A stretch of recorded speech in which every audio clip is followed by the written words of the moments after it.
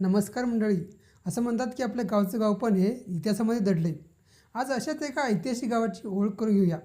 त्या गावचं नाव इतिहासामध्ये सुवर्ण अक्षराने लिहिलं गेलं आहे आणि ते गाव म्हणजे जत तालुक्यातील महाराष्ट्र आणि कर्नाटक राज्यांच्या सीमेलगत असलेलं एका शूरवीरांची ओळख सांगणारं शिंदूर हे गाव. आणि त्या गावातील शूरवीर म्हणजे वीर सिंधू लक्ष्मण.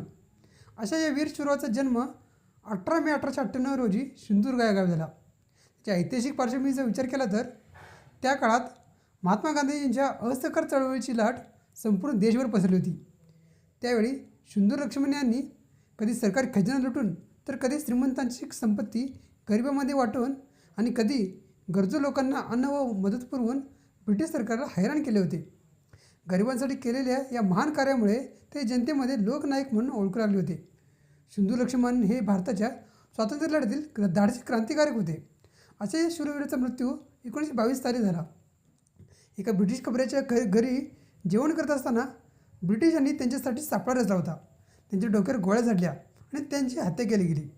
आजही महाराष्ट्र आणि कर्नाटक सीमा भागात सिंधू लक्ष्मण यांना शौर्य आणि बंडखोरी गरिबांच्या मदतीचे प्रतीक म्हणून पाहिलं जातं. तर मंडळी, तुम्हाला ही माहिती आवडली का? कमेंट करून नक्की सांगा. वीर सिंधू लक्ष्मण अमर रहे. धन्यवाद.